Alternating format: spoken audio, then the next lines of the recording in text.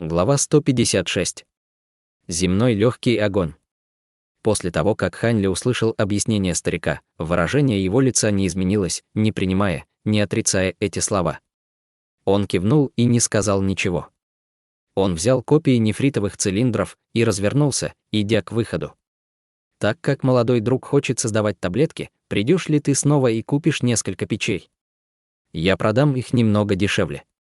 Старик увидел, что Хань Ли уходит, и поторопился предложить скидку на его собственные товары. Мне они не нужны. В данный момент я не могу их использовать. Хань Ли не обернулся и просто махнул рукой на прощание. Это действительно печально. Эта моя печь может выдержать высокие температуры земного огня. С сожалением сказал старейшина Сюй, так как увидел, что его бизнес не был успешным. Земной огонь. Хань Ли остановился на входе. Это земной легкий огонь, немного более впечатляющий, чем врожденный истинный огонь, равнодушно сказал старик. Разве не говорится, что для создания лекарств требуется врожденный истинный огонь? Может этот земной огонь заменить его во время создания пилюль? Хань Ли изо всех сил пытался успокоить свой голос. Тем не менее, его сердце сильно колотилось. Он знал, что он, возможно, уже нашел решение в его затруднительном положении с таблеткой заложения фундамента. Хе-хе. Кажется, молодой друг совершенно не знает, что земной огонь уже давно заменил врожденный истинный огонь при создании таблеток. Тем не менее, ничего серьезного. В основном, те, кто узнал хоть что-то о пилюлях, должен знать это. Я бесплатно объясню это молодому другу. Старик увидел заинтересованность Хань Ли, что взбудоражило его дух. Он даже намеренно добавил слово «бесплатно» в качестве сильной приманки. Как Хань Ли мог не понять значение его слов? Он не мог не улыбнуться горько. Старик явно подразумевал, что хотя он бесплатно расскажет ему, он скажет лишь одно предложение. Сказать 7 или 8 предложений бесплатно, разница была большой, тем не менее, этот вопрос был большой важности, и Хань Ли не сможет связаться с ним еще раз. В результате он сразу вернулся и тут же согласился: если слова старейшины Сюй о земном огне правдивы, то я выберу одну из ваших печей. Хе-хе. Мои печи абсолютно высшего качества. Они определенно удовлетворят молодого друга. Старейшина Сюй увидел, что согласие было получено, и не мог не улыбнуться. Вначале врожденный истинный огонь использовался при создании пилюль, но это было в древние времена. Нынешние создатели пилюль мира культивации заимствуют земной легкий огонь из земли глубокой Ян, чтобы закалить и уточнить лекарственные пилюли. Давным-давно наши предки уже обнаружили земной огонь, который не только обладал более чистой эссенцией и высокими температурами, чем истинный огонь, он также был более долгоиграющим и более стабильным. Его уровень успеха обычно был намного выше, чем при использовании истинного огня. Кроме того, он также был эффективен для создания инструментов.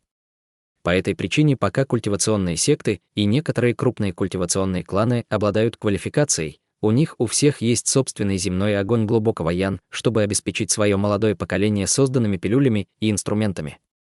Только дикие культиваторы, те, кто действительно одинок и не могут заимствовать земной огонь, используют для создания пилюль наиболее провальный метод истинного огня. Старик покачал головой, выговаривая эту большую речь. Тогда у этой секты также есть земной огонь, который можно позаимствовать. Старейшина Сюй определенно должен знать, где это сделать. Хань Ли был в приподнятом настроении, но он подавил волнение в его голове и сохранил свой разум, чтобы узнать о месте. Хе-хе, когда старик услышал вопрос Хань Ли, но не мог не засмеяться от всего сердца. Он с улыбкой посмотрел на Юня и моргнул, будто он был озадачен. Когда молодой друг только прибыл в зал Юэлу, не увидел ли он проход без надписей? Этот проход ведет к земному огню глубоко Ян. Если ты заплатишь несколько духовных камней, ты сможешь позаимствовать земной огонь. После легкой улыбки старик наконец сказал Хань Ли правду. Это действительно правда. Хань Ли не мог не выразить радость, и уголки его губ слегка поднялись. Этот старик уже стар, как он может так обмануть младшего? Несколько раздраженно ответил старейшина Сюй. Это была глупость этого младшего. Пожалуйста, простите меня, старейшина Сюй. Хотя Хань Ли чувствовал, что старик был жадным, он бы не стал в такой манере обманывать младшего. Он искренне сказал это скромной интонацией. «ХММ. Видя, что возраст молодого друга так мал, этот старик простит тебя на этот раз. Выражение лица старика стало более расслабленным. Тем не менее, его лицо тут же снова напряглось. Тем не менее, было бы выгодно, если бы ты купил печь. Этот старший может и не предложить ее больше. Когда Ханли услышал это, он не могу не улыбнуться горько. Этот старейшина действительно не будет пренебрегать этим выгодным моментом уязвимости. «Вон там печи», — спросил Ханли, указывая на полки позади старика. На них стояли котлы разных размеров. Конечно, нет. Эти — простой мусор. Они способны лишь создать низшие таблетки. Как они могут выдержать земной огонь? Печи подлинного качества здесь. Старик показал истинные качества недобросовестного бизнесмена и похлопал по непримечательному мешочку на его талии. Старик достал серый мешочек и слегка похлопал его, посмотрев на пол под собой. Затем лазурный свет выплюнул ряд интересных, антикварных, необычных котлов на пол. Что насчет этих? Это коллекция старика. Каждый котел — это качественная работа, а не какой-то мусор. Несколько самодовольно сказал старик. Он поднял ближайший котел и слегка ударил по нему. Они действительно хороши. Когда появились котлы, Ханли почувствовал, что они излучали след духовной ци. Он нечаянно издал мягкую «и». Тем не менее, на самом деле его еще больше заинтересовал непримечательный мешочек старика. Это была сумка высокого качества, который превосходил вместительность его собственного мешочка. В противном случае, было бы невозможно хранить так много товаров. Хе-хе. Этот старик не хвастается. Сюй Моу действительно эксперт в магических котлах. Большинство котлов низкоуровневых учеников секты получено у этого старика. Эти несколько прекраснейшие из прекрасных. Старик увидел, что Ханли начал двигаться и не мог сдержать свою радость. Ханли слабо улыбнулся и не сказал ни слова. Он спокойно подошел к котлам и посмотрел вниз, начиная выбирать. Это котел Раху. Он может поглощать высокую температуру огня, сильно увеличивая уровень успеха лекарственных пилюль. Он может также, каждый раз, когда Ханли поднимал котел, чтобы рассмотреть его. Старейшина Сюй стоял в стороне и непрестанно хвалил, желая весь день говорить о каждом из этих редких и несравнимых сокровищ.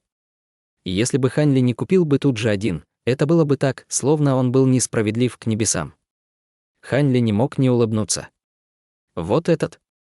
Ханли доставал каждый котел и проверял его. После того, как он немного побормотал про себя, он указал на самый маленький серебряный котел. Звездочка щелкнул языком, звездочка молодой друг умеет выбирать. Этот серебряный резной котел лучший среди котлов, редкий магический предмет.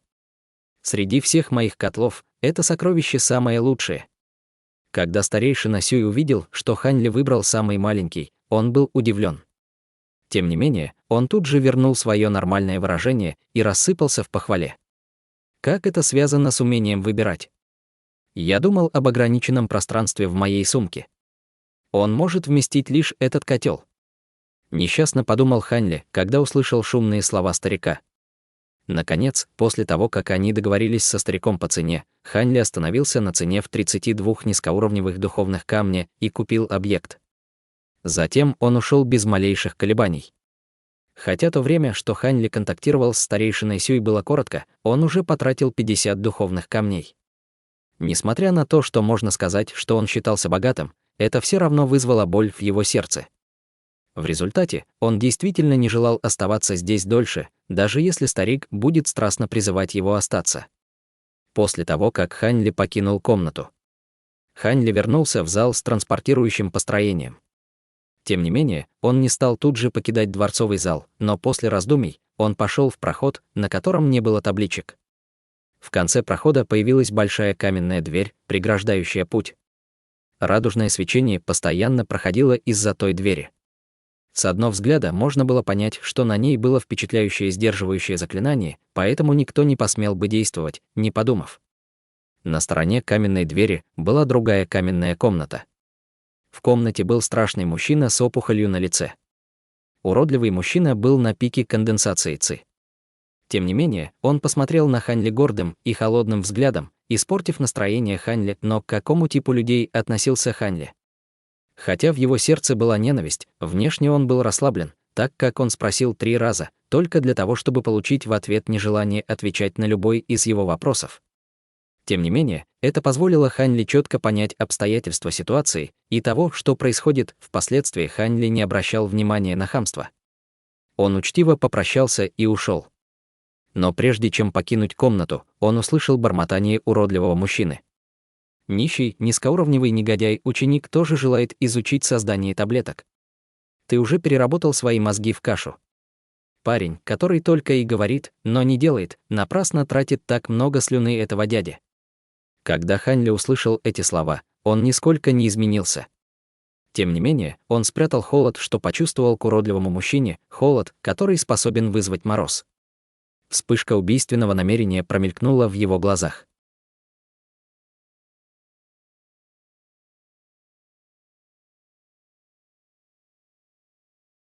Глава 157. Братья Мужун. После того, как Хань Ли покинул зал Юэлу, он попрощался с 2 людьми в красном и улетел в сторону сада 100 лекарств на своем магическом инструменте. В воздухе Хань Ли продолжал думать о создании гранулы заложения фундамента, пока с безразличием смотрел вниз на многочисленные холмы. Внезапно, внизу раздался взрыв. Он не мог не приглядеться, на одном из холмов мелькали молнии и были слышны аплодисменты. Это подпитало любопытство Хань Ли, он приземлился поближе и стал автоматически ближе к источнику шума. «Братья Мужун, еще покажите нам, что у вас есть». «Верно. Я в первый раз в жизни вижу молнию так близко, это так пугающе». Как только он прибыл на вершину холма, Хань Ли услышал шум, а слова «братья Мужун» встрепенули его сердце. Гениальные братья с духовными корнями грома, которые только вошли в секту, разве их фамилия не Мужун? И этот грохот, эти братья, что привлекли так много внимания, демонстрируют свои навыки. В этот момент он ясно увидел, что на вершине горы находились 30-40 учеников разного возраста, а они, оживленно разговаривая, стояли в кругу и указывали на 2 11-12-летних младших в центре круга. В пределах круга на земле было несколько углублений. Края ям были расплавлены высокой температурой, из них поднимался светло-синий дым. Из-за ветра запах горелого был повсюду. Увидев эту картину, Хань Ли поспешно подошел и внимательно посмотрел на младших. Оба обладали тонкими чертами, нежной кожей и выглядели очень похоже. Тем не менее, когда они моргали, они выглядели как маленькие эльфы. В этот момент, из-за внимания и похвалы толпы, они покраснели от волнения. После того, как они посмотрели друг на друга, они одновременно произнесли заклинание, и в их руках замерцали молнии, а затем разлетелись в разных направлениях. Они приземлились неподалеку с 2 громкими ударами и взрывом белого света, создавая еще 2 ямы на земле. Это свойство грома громовой ладони. Несмотря на ее силу и звук, она была мощнее, чем техника огненного шара, техника сосульки или другие магические техники того же уровня. Магические техники со свойствами грома действительно наиболее разрушительные магические техники. Хань Ли был поражен и также завидовал свойствам духовных корней братьев. Очевидно, что Хань Ли не был единственным с такими мыслями. Другие ученики, которые наблюдали за ними, тоже с завистью смотрели на этих двоих, ненавидя себя за то, что небеса не наградили их свойствами такого высокого уровня, которым все завидовали. Братья под аплодисменты еще несколько раз продемонстрировали их громовые заклинания, но их сила явно начала отставать от их воли. В конце концов, они были еще слишком молоды. Значит так. Кажется, сила громовых духовных корней всего лишь такая. Я скажу, что она, возможно, даже не так хороша, как мои духовные корни ветра. Из толпы раздался мерзкий мужской голос, и окружающие люди не смогли не посмотреть в том направлении. Молодые мужчина и женщина стояли в стороне. Мужчина был высоким и привлекательным, а женщина была красивой, как цветок. Они, очевидно, были парой безумно влюбленных. Мужчина выглядел гордым и, казалось, пренебрежительно относился к громовой ладони братьев Мужун, а женщина покраснела, потому что на нее смотрело так много человек. Ее раскрасневшееся лицо было даже еще более очаровательным. Кто этот мужчина? Он такой дикий. Духовные корни ветра. Разве это не еще один вид видоизмененных духовных корней? У этого мужчины видоизмененные духовные корни. Я знаю этого мужчину. Это старший боевой брат Лу, и у него действительно видоизмененные духовные корни. Его ветреные заклинания могут быть действительно мощными. Даже если у него тоже видоизмененные духовные корни, почему он говорит подобные вещи? Может быть, это из-за зависти. В конце концов, раньше среди учеников низшего уровня он был единственным с видоизмененными духовными корнями. Но сейчас появилось еще двое, которые даже более квалифицированы, чем он. Конечно, он будет неуравновешенным. Что? Такой недалекий. Тише. Будь тише, не нужно, чтобы он слышал это. Он очень мстительный. Если он нацелится на тебя, то это будет ужасно. Из-за появления молодого мужчины все шептались друг с другом. Казалось, что этот человек не был популярен среди них. ХММ. Людишки, я покажу вам, что такое настоящие видоизмененные духовные корни. Лицо молодого мужчины поникло, когда он увидел, как люди обсуждают его. Он вышел в центр круга и гордо заявил: «Вы двое, атакуйте меня вашими громовыми заклинаниями. Если я увернусь хотя бы на полшаг, то я буду присмыкаться перед вами и признаю свою неправоту перед вами, двумя маленькими демонами». Увидев, что старший боевой брат Лу такой высокомерный и без причины смотрел свысока на них, братья Мужун так обезумели, что их лица побледнели. Ты не собираешься уворачиваться? Естественно. Магические инструменты запрещены. Да. Два брата действительно были родными братьями. Каждый из них добавил удовлетворяющие их правила. Молодой мужчина тоже был высокомерным, поэтому он не воспринимал всерьез этих двух братьев и без каких-либо возражений принял их условия. «Хорошо, тогда мы позаботимся о старшем боевом брате», — в унисон злостно сказали два подростка. «Старший боевой брат Лу, с вами все будет в порядке». Подруга молодого мужчины начала волноваться. «Хе-хе. О чем можно волноваться, когда передо мной два ребенка? Боевая сестра Чен может расслабиться». Молодой мужчина безразлично махнул рукой и встал перед братьями Мужун. Два младших переглянулись и внезапно подошли ближе друг к другу. Каждый из них держал друг друга за руку, а другой рукой указывал в небо. Вместе они наколдовали одно и то же заклинание. Увидев это, молодой мужчина усмехнулся и наколдовал на себя защитное заклинание. Голубая маска тут же окружила его и плотно закрыла его внутри. Громовой цепной удар. Родные братья наконец закончили свое заклинание и указали на макушку головы молодого мужчины. Темное облако размером в метр появилось над ним. Белый свет замерцал в облаке, и молния толщиной с палец ударила в голубой щит. Молния поразила щит настолько, что он сильно задрожал, и выражение лица молодого мужчины изменилось. Видимо, сила молнии оказалась выше, чем он думал.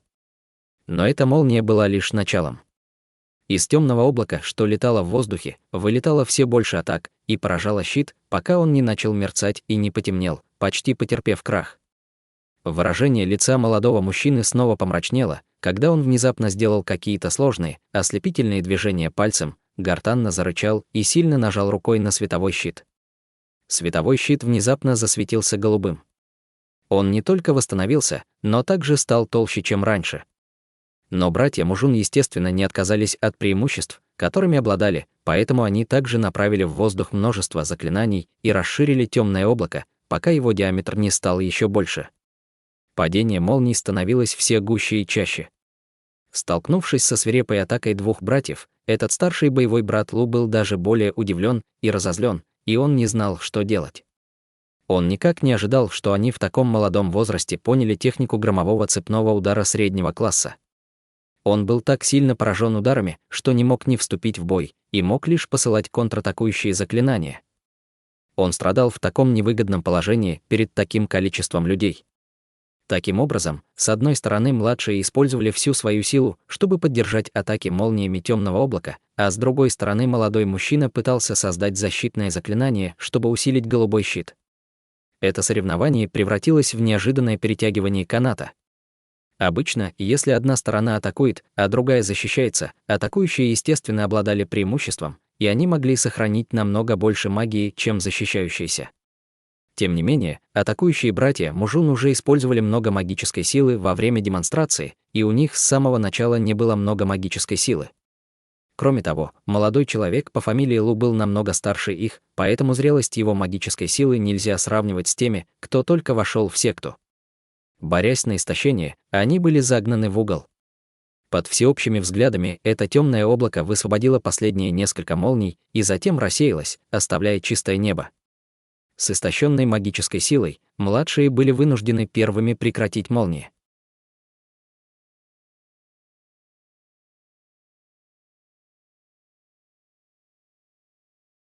Глава 158. Женщина в голубом.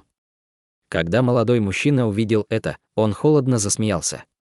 Так как я уже увидел ваши атаки, то теперь ведь моя очередь атаковать. Когда были сказаны эти слова, он уже был защищен барьером. Он сложил руки и внезапно руками изобразил полумесяц, заставляя появиться огромную дугу лазурного света. «Попробуйте мой удар лазурной дуги», — мрачно сказал молодой мужчина. Затем вылетел круг света, направляясь к двум людям напротив. Атака этого человека взволновала толпу. Несмотря на то, кто наблюдал, братья Мужун определенно не могли выстоять перед этой магической техникой. У них не было никакой защиты. Младшие были встревожены и находились в недоумении. Посмотрев во всех направлениях, они бросились влево и вправо, забегая к толпе. «Открыть!»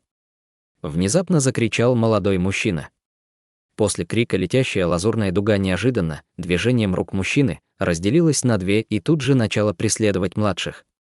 Произошло так, что один из младших увидел, что в толпе Ханьли обладал самой глубокой магической мощью. В результате он бросился прямо к нему без малейших колебаний, что тут же напугало Ханьли. Ханьли не имел ни малейшего намерения ввязываться в эту ситуацию.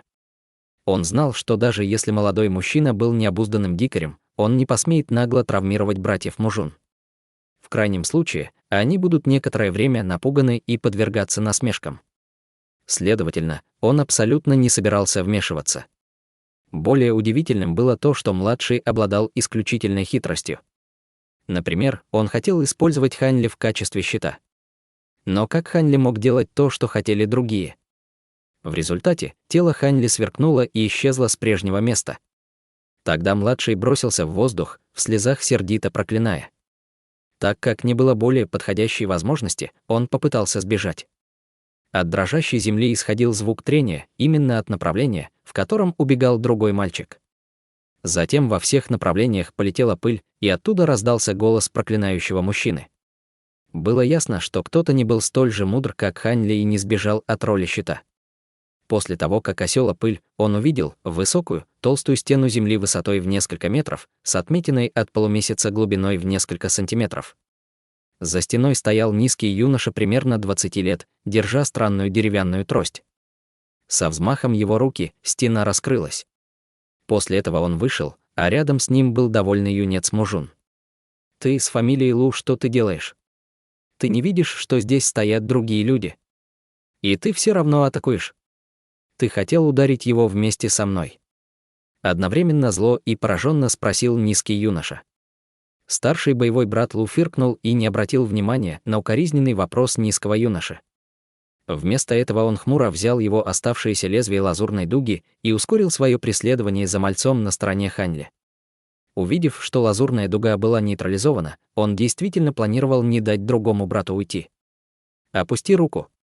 С неба раздался утонченный, ругающий голос молодой женщины. Затем с неба опустился жар, полностью охватив лазурную дугу, что преследовало парня. Бушующее пламя превратилось в шар и исчезло. «Кто? Кто разрушил мое заклинание?» Злобно спросил Лу, поднимая голову к небу. Над всеми была женщина в голубом, которая неизвестно когда прибыла. Она выглядела как фея с броской внешностью и кожей, словно на ней застыл жир. Люди смотрели с нерешительностью и почтенным взглядом на ее тонкую талию, прекрасную нефритовую шею, голубые королевские одеяния и высоко поднятые волосы. Так это была младшая боевая сестра Не. Я на самом деле спрашивал, у кого такая магическая сила. Увидев женщину в голубом, молодой мужчина по фамилии Лу, который изначально был зол, тут же сменил свое выражение и тепло поприветствовал ее в элегантной позе. «Старший боевой брат Лу, посмотри на меня. Соревнование окончено». Холодно спросила подкоролевски одетая женщина, становясь на магический предмет. Хех, так как это желание младшей боевой сестры, то я буду соблюдать правила, улыбаясь, ответил молодой мужчина. По-королевски одетая женщина кивнула и больше ничего не сказала. Она спустилась с неба и пошла к братьям Мужун.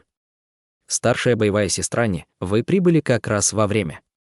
Иначе мы бы плохо кончили. Парень, который только что избежал катастрофы, побежал к женщине в голубом, как только увидел ее, улыбаясь от уха до уха. Другой брат тоже улыбнулся и поспешил от стены из земли. Возвращайтесь. Встаньте в угол и размышляйте над своим поведением. Вам запрещено выходить на улицу, пока вы не достигнете 9 уровня в вашей культивации, с легкостью сказал женщина без следа на злость. Изменение ее эмоций было сложно обнаружить. Когда братья Мужун услышали это, они тут же стали удрученными. Они согласились и опустили головы. После того, как женщина в голубом закончила заботиться о двух братьях, она повернула голову к низкому юноше и неожиданно заулыбалась, в одно мгновение затмевая всю жизнь в округе. Она открыла свои маленькие миндальные губки и сказала: «Большое спасибо за помощь, старший боевой брат. Иначе неудача этого младшего боевого ученика Мужуна опозорила бы учителя этой младшей сестры». Да, ни за что, когда низкий юноша увидел великолепную улыбку оппонента, он был ошеломлен, дурацки хихикая и заикаясь. Когда все мужчины вокруг увидели это предпочтительное отношение, они не могли не завидовать общению этого мужчины с прекрасной женщиной. Они все сожалели, что ничего не сделали пару минут назад. В результате, они все с ревностью смотрели на мужчину. Когда молодой мужчина Лу увидел это, в его глазах сверкнула злоба, но он быстро скрыл ее и поддержал свое культурное и изысканное поведение. Помимо женщины рядом с ним, только Ханьли, который холодно наблюдал, казалось, заметил этот момент. Хотя эта младшая боевая сестра Чэнь была изысканной и восхитительной красоты, сладкой как цветок, ее внешность была намного хуже, чем у женщины Ни.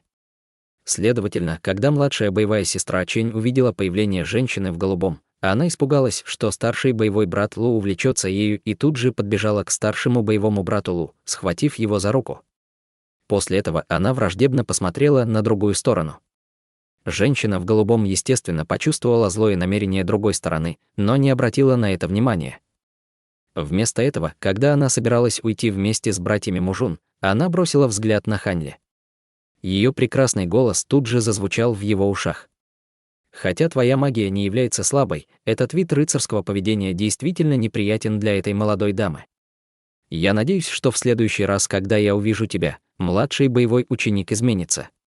После того, как Ханьли услышал слова женщины в голубом, он слегка приподнял бровь. Казалось, она насквозь видела его уклончивые действия. Они не оставили этой женщине благоприятных впечатлений и даже оставили плохое впечатление. Тем не менее, он не был святым. Знать, что кто-то пытается использовать тебя и не пытаться избежать этого, разве это не идиотизм? Низкий юноша на самом деле не был рыцарем. Тем не менее, на него в тот момент нацелился парень по фамилии Лу. Может быть, этот парень убьет его в будущем. Когда настанет этот момент, отомстит ли за него эта прекрасная женщина? Ханьли думал, что это было смешно. Он не знал почему, но Ханьли абсолютно не мог выдержать этой несравненной талантливой красоты. Он находил дочерей скромных семей намного более привлекательными. Следовательно, его не волновала даже малая часть того, что думала эта старшая боевая сестра Ни. Он лишь надеялся, что она не обратит на него внимания. В этот момент не осталось и следа от этой красивой женщины и ее компании. После того, как старший боевой брат Лу злобно посмотрел на низкого юношу и покинул горную вершину со своей компаньонкой, оставшимся людям ни на что было посмотреть, и они разошлись. Ханьли встал на летающий магический предмет и вернулся в сад 100 лекарств. После того, как он вошел в свою комнату, он тут же достал 2 нефритовых цилиндра и посмотрел на копии, содержащие способ создания гранулы заложения фундамента. Он начал внимательно изучать каждое слово. Хотя ум Ханьли был живым, его выражение ничуть не менялось. Несколько часов спустя Ханьли глубоко вздохнул и отложил нефритовый цилиндр. Сразу после этого он погрузился в глубокие мысли и размышления.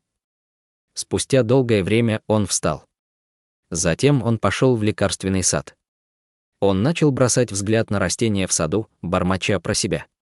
цветок 1000 узлов, трава черного пиона, женьшень золотой сущности и еще 31 ингредиент не являются проблемой. Они есть в саду. Только несколько нужно много лет роста, несколько сотен лет. Тем не менее, наиболее важные лекарства – халцедоновый гриб, цветы дикой обезьяны и фрукт небесного духа являются проблемными. Неожиданно, но их здесь нет. Кроме того, я никогда не слышал о них ранее. Ханьли полдня колебался, прежде чем спросить других. Естественно, не мог же он спросить маленького старика, мастера лекарств.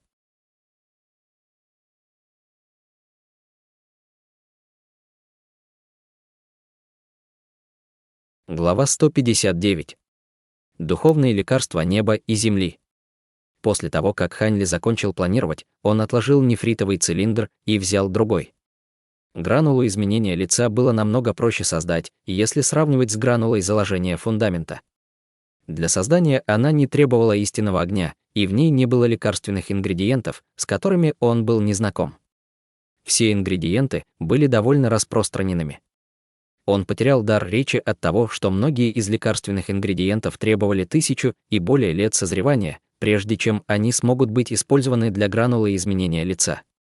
Было неудивительно, почему он никогда не слышал об этом лекарстве. В конце концов, какой культиватор с тысячелетними духовными травами потратит такое бесценное сокровище на гранулу изменения лица, которая была практически бесполезной для культиваторов? Именно поэтому гранула изменения лица стала очень редкой в мире культивации. Тем не менее, это не было проблемой для Ханьли. Ему просто нужно вызвать созревание за немного более короткий период времени. Следовательно, он решил отложить вопрос гранулы заложения фундамента. Вместо этого он планировал создать гранулу изменения лица в печи и посмотреть, был ли ее эффект действительно чудодейственным, как говорит рецепт, сможет ли она сохранить внешность человека в тот момент, когда будет потреблена гранула. 6 или 7 дней спустя, когда старик снова пришел собрать лекарственные ингредиенты, Ханьли стоял в лекарственном саде и прямо спросил старика о 3 чудесных лекарственных ингредиентах. Халцедоновый гриб, цветы дикой обезьяны и фрукт небесного духа. Старик погладил свои маленькие усики и скосил глаза. Хе-хе. Кажется, боевой племянник уже получил рецепт гранулы заложения фундамента, именно поэтому он хочет спросить об этих 3 лекарственных ингредиентах. Тем не менее, боевой племянник, может ли это быть твоим истинным желанием лично создать таблетки? Боевой старший Ма скривил губы и посмотрел на Ханьли взглядом выражающим: ты действительно переоцениваешь свои способности? Естественно, нет. Тем не менее, этот младший совершенно не знает об этих 3 ингредиентах. Где младший может найти эти несколько столетних вспомогательных лекарственных ингредиентов? В саду старейшины самое старое растение — трава цветущего дракона, которой более 100 лет. При таких обстоятельствах, как может боевой племянник создать таблетки? Ханьли не мог сказать правду и справлялся льстивыми словами. Так как ты не планируешь создавать таблетки, почему ты спрашиваешь об этих чудесных ингредиентах? Этот старик довольно занят и не имеет свободного времени, чтобы болтать с тобой. Маленький старик скорчил лицо и упрямо сказал. Ханьли знал эксцентричный темперамент боевого старшего и не паниковал. Вместо этого он улыбнулся и продолжил. Этот младший просто увидел эти 3 ингредиента и заметил, что их названия своеобразны. Кроме того, я никогда не слышал, чтобы кто-то упоминал их внешний вид или лекарственные свойства. Именно поэтому мне очень любопытно, и я спросил о них. Тем не менее, ваш боевой племянник не понимает, почему лекарственный сад боевого старшего не содержит ни одного из этих 3 ингредиентов. С такими редкими ингредиентами боевой дядя должен подумать о любом способе получить семена и культивировать их в саду. Может ли быть, что эти растения очень сложно культивировать и боевой старший не может их вырастить? Чепуха. Не говори, что ты сомневаешься в навыках боевого старшего. Причина, по которой в саду нет ни одного из этих ингредиентов, никак не связана с моими навыками. Они трансформируются духовной ци неба и земли. Они относятся к видам, которые растут сами по себе. Где их найти? Даже если кто-то сможет найти саженец, то из-за того, что они растут очень своеобразным образом, они не смогут жить в обычной окружающей среде, даже если кто-то будет внимателен и прилежен. Иначе, почему еще их нет в моем саду? маленького старика, было не так легко спровоцировать словами Ханьли, и он не мог не быть раздраженным. «Нет семян. Как это может быть возможным?» Не мог не выкрикнуть Ханьли. «ХММ. Почему невозможно?» Нужно знать, что этот вид ингредиентов почти исчез из внешнего мира. Тем не менее, если они очень полезны для культиваторов и могут быть выращены людьми, то каждая крупная бессмертная секта уже давно сделала это. Почему еще они с каждым годом позволяют уменьшаться количеству произведенных гранул заложения фундамента? Маленький старик посмотрел на Ханьли и горько ответил. Его слова привнесли лед в сердце Ханьли. Эффект созревания зеленой жидкости замечателен. Тем не менее, если просто-напросто не было семян, как он мог вызвать созревание? Как он мог создать что-то из ничего? Если у тебя нет ничего ко мне, то я пойду. Спустя 2 месяца я приду и заберу больше лекарств. Этот боевой старший Ма не заметил изменений в лице Ханьли и вместо этого развернулся, готовясь уйти. Тем не менее, каждые 10 лет создается партия гранул заложения фундамента. Откуда они? Если то, что сказал боевой старший, правда, и ингредиенты растут в определенной окружающей среде, тогда должно быть зафиксированное местоположение, где они прорастают. В голове Ханьли произошла молниеносная идея, и он тут же подумал о другом способе. Неважно, что нет семян, так как есть, по крайней мере, незрелые ростки. Он может найти несколько и вызвать созревание. В результате он поспешно спросил об этом. «Кажется, твое любопытство не маленькое. Тем не менее, я призываю тебя забыть об этом. Если ты отправишься в эту зловещую область, чтобы найти те 3 чудесных ингредиента, это будет равно самоубийству». Старик лениво повернул голову. После того, как он холодно сказал эти слова, он больше не обращал внимания и улетел. Ханьли был ошеломлен, стоя на первоначальном месте, не двигаясь ни на шаг. Эти 3 чудесных лекарственных ингредиента, я должен получить их. Даже если он не сказал мне, я разве не могу спросить других? Спокойно сказал себе Ханьли. Он посмотрел в небо и глубоко вздохнул. За 2 года в долине Желтого Клена, помимо боевого старшего Ма, другие ученики, с кем он был знаком, были заслуженный ученик Юй и дающий указания по культивации ученик Ву Фэн.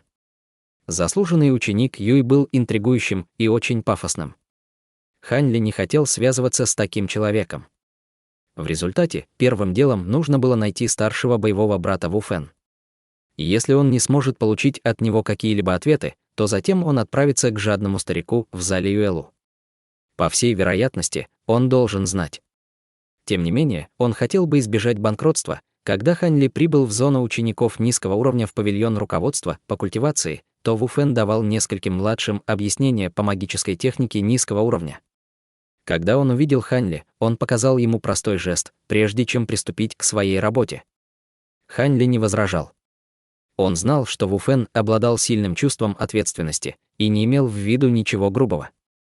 Что касается старшего боевого брата Ву, Ханьли действительно испытывал к нему восхищение. Даже после того, как этот дающий указания по культивации, старший боевой брат взял гранулу заложения фундамента и остался на пике конденсации ЦИ, его понимание магических техник низкого уровня действительно достигло совершенства. Он мог сделать вывод о многих вещах с одного взгляда, что заставляло Ханьли вскрикивать от удивления. Кроме того, польза, которую он получал, не была поверхностной. Если бы дело было только в этом, то Ханьли просто имел бы о нем хорошее впечатление, а не проникся бы так к нему с таким уважением. Что удивило его, когда этот старший боевой брат выполнял свои обязанности по руководству по культивации, то он относился ко всем ученикам, которые просили помощи в магических техниках, одинаково благоприятно. Он вложил душу в передачу его пониманий. Он, казалось, не скрывал никакого эгоизма.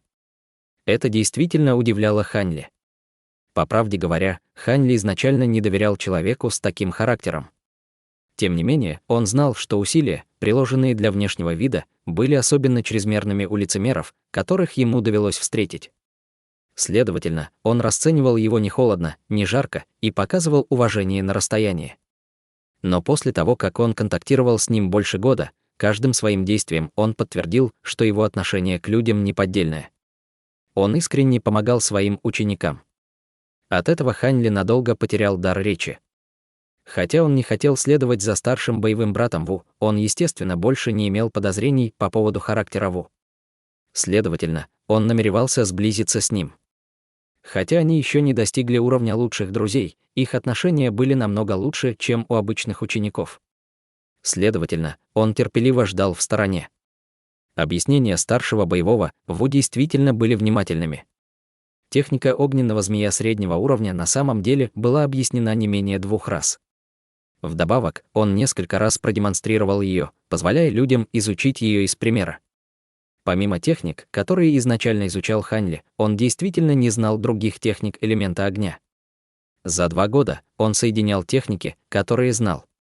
Из-за этого Хань Ли был абсолютно разочарован в своих способностях и сильно увеличил свое желание гранулы заложения фундамента. После того, как было завершено руководство, несколько младших попрощалось и ушло. Ву Фэн затем с улыбкой спросил Хань Ли: «Младший боевой брат Хань, ты довольно долго не приходил. Ты решил изучать магические техники среднего уровня?»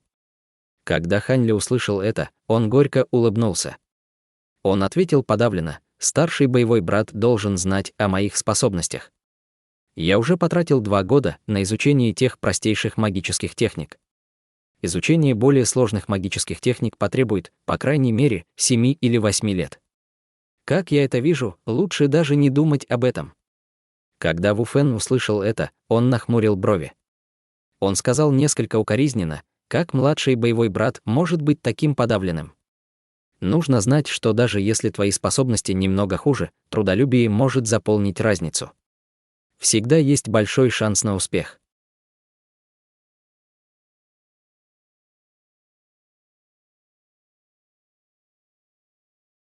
Глава 160. Запрет на испытание кровью и огнем. После того, как Хань Ли услышал его добрые наставления, он не мог не согласиться. После этого он спросил об ингредиентах для гранулы заложения фундамента. Младший брат Хань хочет знать источник халцедоновых грибов и остальных духовных лекарств. Изумленно спросил Ву Фэн. Да, старший брат находится в секте уже на протяжении многих лет. Он должен знать что-то об этом. Выжидающе ответил Хань Ли. После того, как Ву Фэн услышал ответ, он пробурчал себе что-то под нос и сказал: «Действительно, я знаю немного об этом. Однако, я прошу младшего брата похоронить эту мысль. Это место не только несравненно опасно, но и в него принципиально невозможно войти. Только в течение определенного времени и в определенном месте при поддержке старейшины секты ты сможешь попасть внутрь». Когда Хань Ли впервые услышал, что Ву Фэн что-то знал, он был в восторге. Но следующие слова встревожили его и заставили рассмотреть этот вопрос более внимательно. Итак, оказалось, что эти духовные лекарства долгое время не появлялись в мире культиваторов. Они просто исчезли из обычных регионов.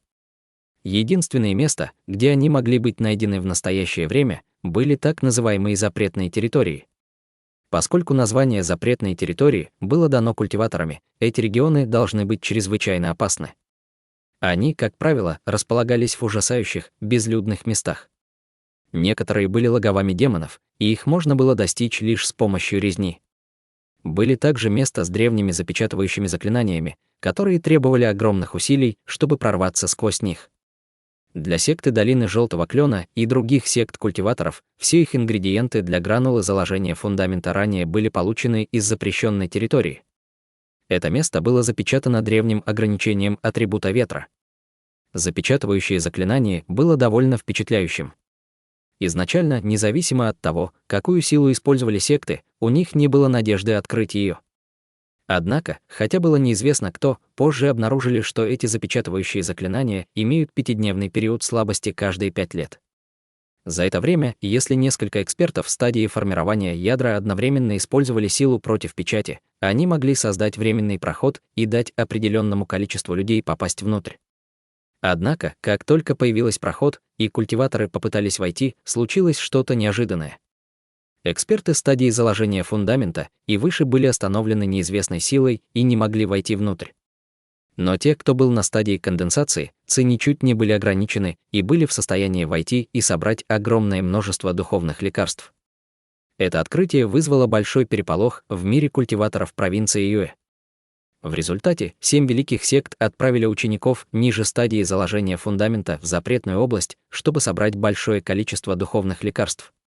Естественно, что ингредиенты для производства гранул заложения фундамента были в наивысшем приоритете. Вначале ученики сект могли собирать урожай без каких-либо трудностей. После первого сбора ученики говорили, что это была очень простая задача. Однако с каждым следующим сбором духовная медицина в запретной зоне постепенно становилась все более скудной, в результате чего каждая секта затевала борьбу за чудесные лекарства. Все продолжалось до того момента, как однажды несколько сотен лет назад один из учеников потерял свою жизнь в подобной стычке. Первая потеря жизни заставила каждую из больших сект полностью потерять лицо и прямо вступить в борьбу, слабые были добычей сильных. Небеса и земля не выбирали любимчиков, и секты поощряли своих учеников грабить других, заставляя запретную зону полностью окраситься в цвет крови. Таким образом, духовные лекарства постепенно уменьшались, а драки в запретной зоне становились все более жестокими и кровавыми.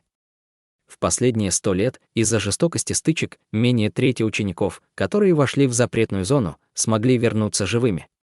Потери каждой из сект, их младшей элиты, были далеко не маленькими. Это заставило каждого из учеников сект назвать запретную область как запретное испытание кровью и огнем. Один за другим они стали избегать вхождения. Случалось так, что никто не хотел входить внутрь. Что касается принуждения людей, это, естественно, не могло быть и речи. Если ученики неискренне входили в запретную зону для поиска лекарств, они были уверены, что они будут работать вяло. Большинство из них пряталось и выжидало момента, когда они смогут безопасно покинуть запретную зону. Этого не случалось раньше, из-за чего руководство сект кипело от гнева. Однако у них не было альтернативы. В конце концов, эти люди изначально не хотели идти. Будучи вынуждены отважиться на эти опасности, как их можно критиковать за нежелание, в результате каждая из сект в провинции Юэ следила за духовными лекарствами с возрастающим интересом. Однако количество учеников, готовых принять риск, было очень мало, в результате чего секты устанавливали огромные вознаграждения, чтобы набирать учеников для похода в запретную зону. Те, кто возвращался с духовными лекарствами из запрещенной зоны, получали еще большие вознаграждения, что привлекало много внимания. Другие секты не оговаривали этого, но это делала секта Долины Желтого Клена. Несколько раз после начала этой традиции секта непосредственно оговаривала в письменной форме, что, пока ученик зарегистрирован для участия, им заранее будут выданы духовные камни среднего качества и духовные инструменты, что будет служить им в качестве поощрения. Что касается тех, кто действительно мог принести духовные лекарства из запрещенной зоны, секта будет вознаграждать их в зависимости от качества и количества лекарств. Начиная с духовных камней и духовных таблеток и заканчивая магическими инструментами, все, что можно было придумать, было возможно, даже скрытные награды и гранулы заложения фундамента. Этого было достаточно для того, чтобы ученики с низким уровнем культивации поставили все на этот шанс. Эти великие награды, естественно, заставляли секты переживать большой всплеск регистраций в один момент. Эта тенденция поддерживалась в течение следующих 2-3 раз, а затем резко уменьшалась. Кровавая реальность заставила многих учеников осознать, что эти великие награды не обходились без жертв. Из-за первоначального возбуждения над большими наградами исходная выживаемость тех, кто сражался в запретной зоне, фактически снизилась с менее чем 1/3 до менее 1/4 после введения более высоких вознаграждений. Из тех, кто выжил, тех, кто способен был принести духовные лекарства, было еще меньше, и большинство из них были серьезно ранены. Они не получили никакой награды, что уж говорить о грануле заложения фундамента. Об этом Хань Ли узнал после того, как спросил у Ву Фэн об источнике духовных лекарств. Выслушав все, что он должен был услышать, Хань Ли ничего не чувствовал, кроме как разочарования. Он не ожидал, что для сбора лекарственных ингредиентов ему потребуется отправиться в какую-то запретную территорию и, кроме того, вступать в борьбу с учениками других сект. Только будучи победителем, он сможет уйти. Кроме того, статистика выживания была поражающей. Меньше четверти учеников смогли оставить это так называемое запретное испытание кровью и огнем. Опасности, на которые нужно было бы отважиться, были слишком велики. Хань Ли не был экспертом. Среди низкоуровневых учеников секты Желтой Кленовой долины он был всего лишь на среднем уровне силы. В результате, без большой магической силы и без мощных магических техник, он мог полагаться только на свои несколько магических инструментов и остроумный ум. Опираясь на это, как Хань Ли мог считать себя одним из 4 выживших, это вызвало возмущение Хань Ли, и он не мог не спросить у Ву Фэн, почему каждая секта бессмертных не ограничит своих учеников и не делит духовные лекарства друг с другом. Следует знать, что эти лекарства будут переработаны в гранулы заложения фундамента. Разве нужно ссориться и конфликтовать друг с другом, сея семена ненависти и мести? После того, как Ву Фэн услышал это, он немедленно ответил с горьким смехом: «Младший брат не понимает». Хотя все они будут использоваться для переработки на гранулы заложения фундамента, распределение количества таблеток будет полностью зависеть от имеющихся духовных лекарств. В подобной ситуации, как они могли не делать все возможное, чтобы бороться за духовные лекарства? После того, как Хань Ли услышал это, он долго молчал. Наконец, с трепещущей душой полной беспокойства, он спросил о следующем запретном испытании кровью и огнем и узнал, что оно пройдет через полгода. После нескольких предупреждений старшего брата Ву Фэн, Хань Ли покинул павильон наставлений и вернулся в сад сотни лекарств. В течение следующих нескольких дней Хань Ли с унынием думал об этом, постоянно размышляя о ставках и рисках. Он пытался заставить себя выбрать более разумный вариант. Было ясно, что в провинции Юэ, кроме как в запретной территории, нигде нельзя было найти эти духовные лекарства. В противном случае 7 великих сект не должны были проливать кровь каждые 5 лет и калечить себя. Если Хань Ли не пожелает отважиться на эти опасности, он мог только надеяться найти духовные лекарства в регионах за пределами провинции Юэ. Иначе он был бы полностью лишён надежды на достижение стадии заложения фундамента и стал бы кучкой костей в течение 100 лет. Однако, после тщательных раздумий, он знал, что уход из провинции для поиска духовных лекарств было еще более безнадежным занятием. Однако, если бы он действительно участвовал в запретном испытании кровью и огнем, 3/4 смертности было слишком велико. В тот момент его возможность смерти была огромна. Это действительно сбивало с толку Хань Ли.